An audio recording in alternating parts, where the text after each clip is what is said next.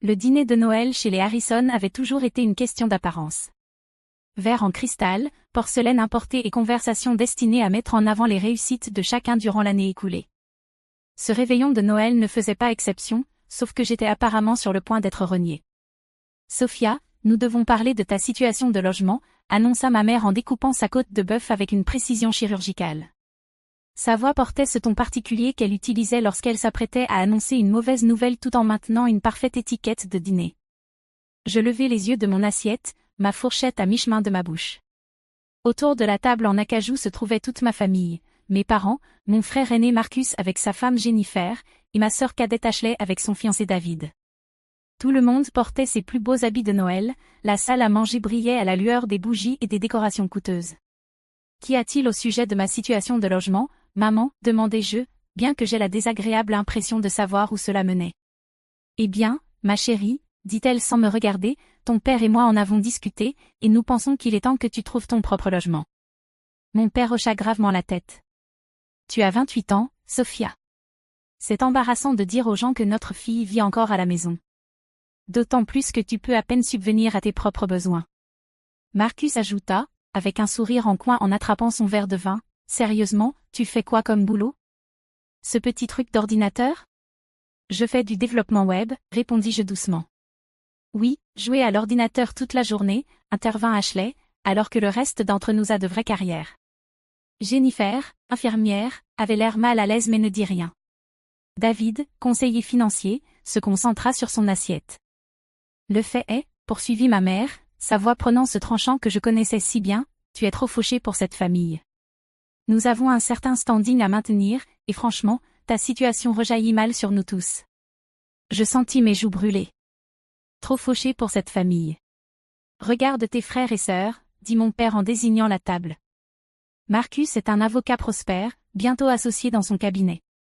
Ashley est directrice marketing dans une entreprise du Fortune 500. Même David gère des portefeuilles valant des millions de dollars. Et toi, ajouta ma mère en me regardant enfin droit dans les yeux, tu vis dans notre chambre d'amis, tu conduis une Toyota de 12 ans et, d'après ce que nous savons, tu gagnes peut-être 30 000 $ par an à faire, peu importe ce que tu fais sur cet ordinateur. C'est du développement web, répétai-je. Peu importe. Le fait est que ça ne fonctionne pas. Nous avons décidé que tu dois déménager d'ici le nouvel an. Le silence qui suivit fut assourdissant. J'entendais le tic-tac de l'horloge dans le coin, la douce musique classique diffusée par le système audio, même le léger bourdonnement du réfrigérateur à vin dans la cuisine. « Où suis-je censé aller ?» demandai-je. « Ce n'est plus notre problème », répondit froidement mon père. « Tu es adulte. Débrouille-toi. » Marcus s'adossa à sa chaise avec un air satisfait. « Peut-être que ça te motivera enfin à prendre ta vie au sérieux. Trouver un vrai travail, rencontrer quelqu'un avec de réelles perspectives. Contrairement à ta situation actuelle, ajouta Ashley, qui revient à vivre avec une ado qui n'a jamais grandi. Je fixai mon assiette, me sentant rapetisser à chaque mot. Ce n'était pas totalement inattendu.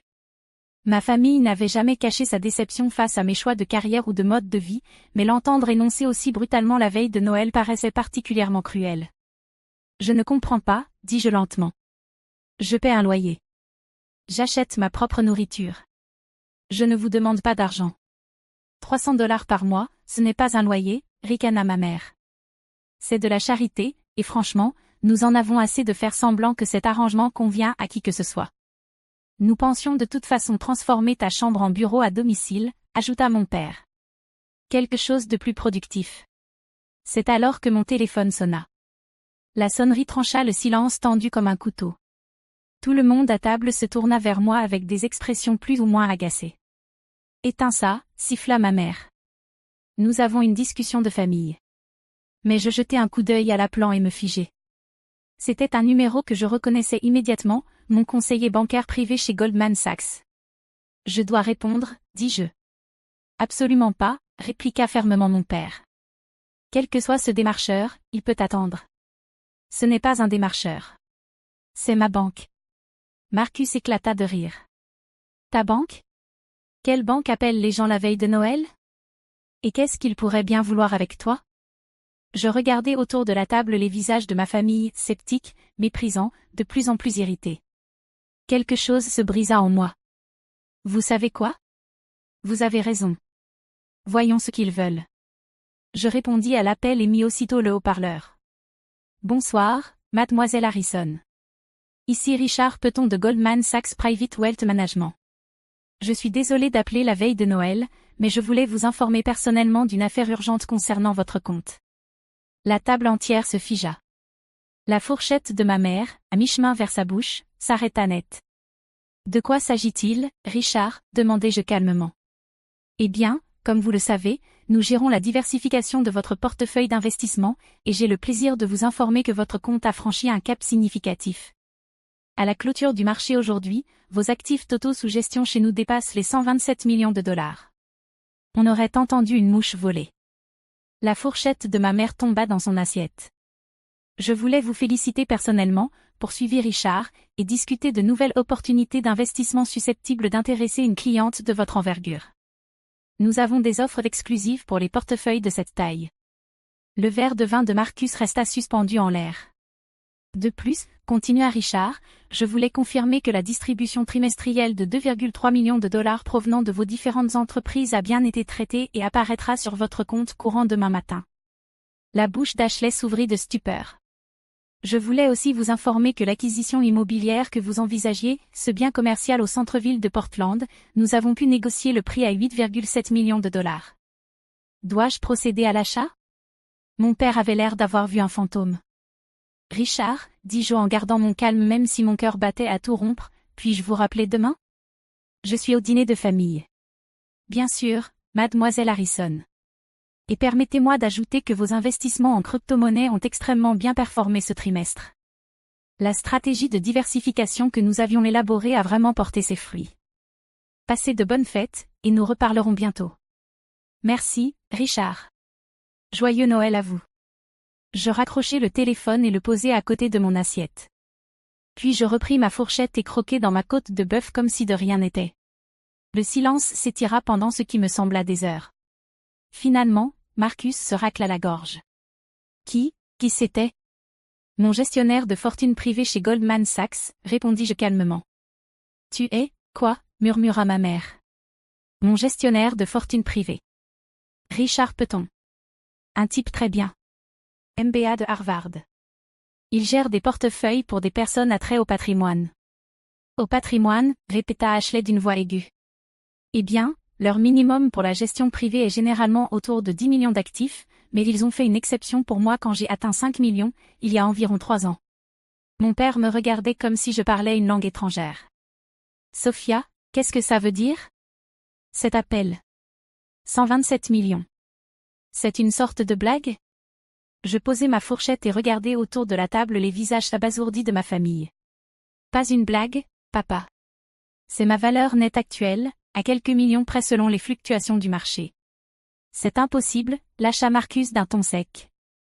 Tu vis dans notre chambre d'amis et tu conduis une voiture de 12 ans. Je vis dans votre chambre d'amis parce que c'est pratique et que je voyage beaucoup pour le travail. Je conduis une voiture de 12 ans parce qu'elle est fiable et que je me fiche des symboles de statut. Quel travail? Exigea ma mère. Tu disais que tu faisais du développement web. C'est vrai, entre autres choses.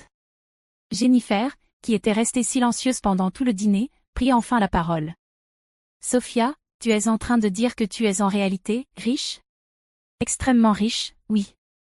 Le mot « extrêmement » sembla s'abattre sur la table comme un coup de massue. Comment? Murmura Ashley. Je bus une gorgée de vin, une bouteille à $200 que mes parents réservaient pour une occasion spéciale, alors que j'en achetais des caisses entières pour ma propre cave. Eh bien, le développement web, c'était vrai au départ. Il y a environ 8 ans, j'ai monté une petite entreprise qui faisait des sites personnalisés pour des commerces locaux. Rien de très original. Mais j'ai remarqué que la plupart de mes clients avaient besoin des mêmes fonctionnalités de base, gestion des stocks, base de données clients, traitement des paiements, ce genre de choses. Ma famille écoutait, captivée, comme si je racontais un conte de fées. Alors j'ai développé une plateforme complète de gestion d'entreprise. En gros, un logiciel capable de gérer tout ce dont une petite ou moyenne entreprise a besoin pour fonctionner. Au lieu de facturer les sites individuellement, j'ai commencé à concéder des licences pour le logiciel. Combien coûte un logiciel comme ça? Demanda doucement David. C'était la première chose qu'il disait de la soirée. La licence de base commence à environ 5 cents dollars par mois par entreprise. Mais la plupart des clients passent au forfait premium, entre 2 000 et 5 000 dollars mensuels, selon leurs besoins. Je vis Marcus tenter de faire le calcul dans sa tête. Combien de clients as-tu ? Demanda-t-il. Actuellement environ 3 200 licences actives. La table retomba dans le silence, chacun digérant ses chiffres. Ça représente. Commença mon père. Entre 1,6 et 16 millions de dollars par mois en revenus récurrents, complétai-je. Bien que la majorité des clients soient autour de 2005 cents, donc on fait en moyenne environ 8 millions par mois. Nous, demanda faiblement ma mère. J'ai maintenant une équipe d'environ 150 employés. Développeurs, services clients, commerciaux, marketing. Nous avons même nos bureaux dans le nouvel immeuble technologique du centre-ville. Harrison Digital Solutions occupe les étages 12 à 15. Harrison Digital Solutions, répéta Ashley lentement. C'est ton entreprise ? C'est l'une de mes entreprises, oui. L'une de tes entreprises ? La voix de mon père se brisa légèrement. Oui. Le logiciel marchait bien, alors j'ai commencé à investir ailleurs. Je possède une agence de marketing digital, 3 sociétés de commerce en ligne, et je fais du capital investissement dans des startups technologiques depuis 4 ans. Je pris une autre bouchée de côte de bœuf. Sans oublier l'immobilier, bien sûr. Des biens commerciaux, quelques projets résidentiels, et des locations de vacances sur des marchés populaires. Le truc de crypto dont il a parlé, dit Marcus faiblement.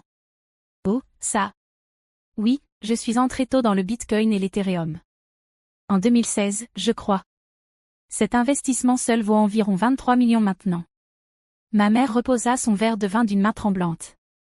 Sophia, c'est incroyable. Je sais que ça fait beaucoup à assimiler. Pourquoi ne nous l'as-tu pas dit ? Exigea Ashley, la voix montant. Pourquoi nous laisser croire que tu galérais ? Je réfléchis soigneusement à la question. Quand aurais-je pu vous le dire ? À quel moment m'avez-vous posé des questions sur mon travail avec un réel intérêt, au lieu de le balayer comme du temps perdu à jouer sur un ordinateur ? L'accusation plana dans l'air. Nous te demandons des nouvelles de ton travail, protesta faiblement ma mère. Non, vous demandez quand je vais trouver un vrai travail. Vous demandez quand je vais arrêter de perdre mon temps avec des ordinateurs. Vous demandez quand je vais rencontrer un gentilhomme avec une carrière stable et m'installer comme il faut. Je balai la table du regard. Marcus, quand as-tu pour la dernière fois demandé des détails sur mon entreprise ? Pas quand j'allais changer de carrière, mais ce que je fais concrètement au quotidien ? Il resta sans voix. Ashley, as-tu déjà montré de l'intérêt pour mes projets ? Elle fixa son assiette. Maman, papa, quand avez-vous seulement demandé à voir mon travail ou voulu comprendre ce que j'ai construit ? Le silence fut écrasant. Mais ce n'est même pas la vraie raison pour laquelle je ne vous ai rien dit, poursuivis-je. La vraie raison, c'est que votre amour a toujours semblé conditionnel. Marcus a de la valeur parce qu'il est avocat. Ashley a de la valeur parce qu'elle a un poste dans une grande entreprise. Moi, j'étais la déception parce que je ne correspondais pas à votre définition de la réussite. Ce n'est pas vrai, dit mon père, mais sa voix manquait de conviction. Vraiment ? Il y a 20 minutes, vous m'avez dit que j'étais trop fauchée pour cette famille, et exigé que je parte. Qu'est-ce qui a changé ? La seule différence maintenant, c'est que vous savez que j'ai de l'argent. Les yeux de ma mère se remplirent de larmes. Sophia, nous t'aimons. Vraiment ? Vous m'aimez, ou vous aimez l'idée d'avoir une fille riche ? Parce qu'il y a 5 minutes encore, vous étiez prêt à me rayer complètement de votre vie. La vérité de cette déclaration s'abattit sur la table comme une lourde couverture. Nous n'en avions aucune idée, dit mon père à voix basse. C'est bien ça, papa. Vous n'en aviez aucune idée parce que vous n'avez jamais voulu savoir. Vous avez décidé qui j'étais sur la base d'observations superficielles et vous n'avez jamais pris la peine de regarder plus profondément. Jennifer s'éclaircit doucement la gorge. Sophia, puis-je te demander quelque chose ? Bien sûr. Pourquoi vis-tu encore ici ? Avec ce genre d'argent, tu pourrais habiter n'importe où. Je lui souris. Elle était la seule à poser une question qui venait de la curiosité et non du choc ou de la défensive. Honnêtement, je voyage environ la moitié de l'année pour le travail. Quand je suis à la maison, j'aime être entourée de ma famille, même quand ils pensent que je suis un échec. Cette maison a de bons souvenirs pour moi, et la chambre d'amis a une excellente connexion Internet, ce qui est tout ce dont j'ai vraiment besoin pour travailler. En plus, ajoutai-je, je regarde des maisons, mais je suis assez exigeante. Le mois dernier, j'ai fait une offre pour une maison dans les collines, 370 mètres carrés, piscine, bureau, garage 3 voitures, mais les vendeurs demandaient 2,8 millions, et j'ai trouvé que c'était trop cher pour le quartier. Marcus émit un bruit étranglé. Tu allais dépenser 2,8 millions pour une maison? Eh bien, j'ai offert 2,4 millions. Ils ont contre-offert à 2,6, mais j'ai décidé de continuer à chercher. Aucun intérêt à surpayer, même si on peut se le permettre. Ma mère se prit la tête entre les mains. J'ai l'impression de ne pas te connaître du tout. Vous ne me connaissez pas, répondis-je doucement. Mais vous le pourriez, si vous le vouliez. Nous le voulons, dit rapidement mon père. Bien sûr que nous le voulons. Vraiment? Parce qu'aujourd'hui même, vous aviez honte de dire aux gens que je vivais ici. Maintenant que vous savez que je suis riche, allez-vous être fier de dire que votre fille est une entrepreneuse prospère? Il n'eut pas de réponse. Je n'ai pas besoin de votre fierté, papa. Je réussis depuis des années sans elle. Mais si nous voulons avoir une relation à l'avenir, elle doit être basée sur qui je suis réellement, pas sur vos suppositions de qui je devrais être. Qu'est-ce que cela veut dire? Demanda ma mère. Ça veut dire que vous devez décider si vous aimez votre fille Sophia, qui construit des entreprises de logiciels, fait de bons investissements et conduit de vieilles voitures parce qu'elle pense que les neuves sont une perte d'argent, ou si vous aimez seulement l'idée d'avoir une fille riche dont vous pouvez vous vanter. Je me levai de table. Je vais monter préparer quelques affaires. Richard a mentionné cette affaire immobilière commerciale, et je veux revoir les chiffres ce soir. J'irai probablement à Portland demain pour l'examiner en personne. Attends, dit Marcus, tu pars? Eh bien, tu m'as dit de partir avant le nouvel an. J'ai pensé prendre un peu d'avance. Mais nous ne savions pas, protesta Ashley. Non, vous ne saviez pas. Mais vous n'avez pas demandé non plus. Vous avez fait des suppositions sur ma vie, puis pris des décisions en fonction de ces suppositions. Le fait que vous vous soyez trompé ne change pas que vous étiez prêt à me rejeter en fonction de ce que vous croyez être ma situation financière. Je me dirigeai vers la porte, puis me retournai. Pour ce que ça vaut, je n'ai jamais eu besoin de votre soutien financier, mais j'avais besoin de votre soutien émotionnel, que vous croyiez en moi, que vous soyez curieux de ma vie au lieu d'être méprisant. Comment pouvons-nous arranger ça? Demanda ma mère d'une voix faible. Je ne sais pas si vous le pouvez, mais si vous voulez essayer, commencez par comprendre si vous êtes fier de moi parce que je construis quelque chose de significatif ou juste impressionné par mon argent. Je montai faire ma valise, laissant ma famille assise dans un silence abasourdi autour de leur dîner de Noël hors de prix. 2 heures plus tard, alors que je chargeais ma valise dans ma Toyota embarrassante, de 12 ans, ma mère apparut dans l'encadrement de la porte. « Sophia, s'il te plaît, ne pars pas. » Je m'arrêtai. « Pourquoi? » Parce que tu as raison sur toute la ligne. Nous avons été terribles, de mauvais parents pour toi et de mauvais frères et sœurs, dit-elle en jetant un regard vers la maison où je vis Marcus et Ashley nous observer par la fenêtre. Et nous voulons avoir une chance de faire mieux. Maman, on ne peut pas juste appuyer sur un interrupteur et être différent. Je sais, mais nous pouvons essayer. Nous pouvons commencer à poser les bonnes questions. Nous pouvons commencer à te voir pour qui tu es, et non pour qui nous voulions que tu sois. Elle s'approcha. Peux-tu me parler de ton entreprise? Pas de l'argent, mais de ce que tu fais vraiment, des problèmes que tu résous pour les gens. Je scrutai son visage, cherchant des signes que ce n'était qu'une façon de gérer la situation. Mais ce que je vis fut de la curiosité sincère, peut-être pour la première fois. Tu veux vraiment savoir? Je veux vraiment savoir. Je refermai le coffre de ma voiture et m'appuyai dessus. Eh bien, la plupart des petits entrepreneurs sont incroyablement doués dans leur domaine.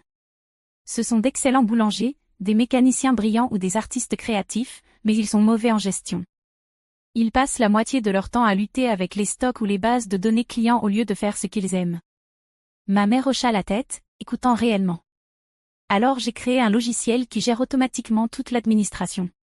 Un boulanger peut se concentrer sur la création de gâteaux incroyables au lieu de suivre ses stocks de farine et ses commandes clients. Un mécanicien peut se concentrer sur la réparation des voitures au lieu de galérer avec la prise de rendez-vous et la gestion des pièces. Ça a l'air merveilleux, dit-elle, et je sentis qu'elle le pensait. Ça l'est. Je reçois des mails de clients qui me disent que le logiciel leur a rendu leur vie, qu'ils peuvent enfin passer du temps avec leur famille au lieu de veiller jusqu'à minuit à faire de la paperasse. Ça doit être incroyable. Ça l'est. C'est la meilleure partie de ce que je fais. Nous restâmes un moment en silence, confortablement. L'argent est bien, continuai-je, mais la vraie satisfaction vient de résoudre des problèmes, de construire quelque chose qui facilite la vie de milliers de petits entrepreneurs. Je suis fière de toi, dit ma mère doucement. Tu es fière de moi ou de mon compte en banque? Elle réfléchit sérieusement. Je suis fière que tu aies vu un problème et que tu l'aies résolu. Je suis fière que tu aies construit quelque chose de significatif. Je suis fière que tu aides les gens. C'était la première fois qu'elle se disait fière de mon travail au lieu de regretter que j'ai choisi une autre voie. Et j'ai honte qu'il ait fallu apprendre ton succès financier pour m'intéresser à tes véritables réalisations. Maman? Non, laisse-moi finir. Tu avais raison tout à l'heure. Nous avons conditionné ta valeur au fait de remplir nos attentes au lieu de célébrer qui tu es. C'était mal. Elle essuya ses larmes. Peux-tu nous donner une autre chance? Peux-tu rester pour le matin de Noël et nous laisser essayer d'être la famille que tu as toujours méritée? Je regardais la maison où j'avais grandi, où je m'étais toujours sentie décalée, où j'avais appris à cacher mes succès parce qu'ils n'étaient pas les bons succès. Mais je pensais aussi à la question de Jennifer plus tôt sur pourquoi je choisissais de rester ici malgré mes options illimitées. La vérité, c'est que j'aimais ma famille, même quand ils ne me comprenaient pas, même quand ils me décevaient. D'accord, dis-je. Mais les choses doivent être différentes. Elles le seront. Je suis sérieuse, maman. Je ne vais pas faire semblant de galérer juste pour vous rassurer. Et je ne serai pas non plus votre fille trophée à exhiber. Je serai simplement moi. C'est tout ce que nous voulons. Alors que nous retournions vers la maison, ma mère demanda, puis-je te poser encore une question? Bien sûr. Le bien immobilier commercial à Portland, quel type de projet envisages-tu? Je souris. En fait, je pense ouvrir un espace de coworking spécialement pour les entrepreneurs et petits patrons. Un endroit où ils peuvent travailler aux côtés d'autres personnes qui comprennent les défis de bâtir quelque chose à partir de zéro. Ça te correspond parfaitement. Je pense aussi. Arrivée devant la porte, elle s'arrêta. Sophia, je t'aime. Pas ton compte en banque, pas ton succès. Toi. Je suis désolée d'avoir mis si longtemps à te le montrer. Je t'aime aussi, maman. Le matin de Noël fut différent. Au lieu de l'échange habituel de cadeaux coûteux que personne ne voulait vraiment, nous passâmes des heures à discuter. Marcus posa des questions précises sur mon processus de développement logiciel. Ashley voulut comprendre comment j'identifiais de bonnes opportunités d'investissement. Mon père, étonnamment, s'intéressa le plus à ma philosophie de gestion et à la manière dont je construisais la culture d'entreprise. Pour la première fois depuis des années, j'eus l'impression qu'il me voyait réellement. Tu sais, dit mon père alors que nous étions assis autour du sapin, tasse de café à la main, je te dois des excuses qui vont au-delà du dîner d'hier soir. Que veux-tu dire? J'ai dit pendant des années aux gens que ma plus jeune fille cherchait encore sa voie. Je réalise maintenant que tu ne cherchais pas, tu avais déjà trouvé. Tu le faisais simplement différemment de ce que j'attendais. Papa, tu n'as pas besoin de... Si, j'en ai besoin. Je suis fière de toi, Sophia. Pas à cause de ton argent, mais parce que tu as construit quelque chose de significatif tout en restant fidèle à tes valeurs.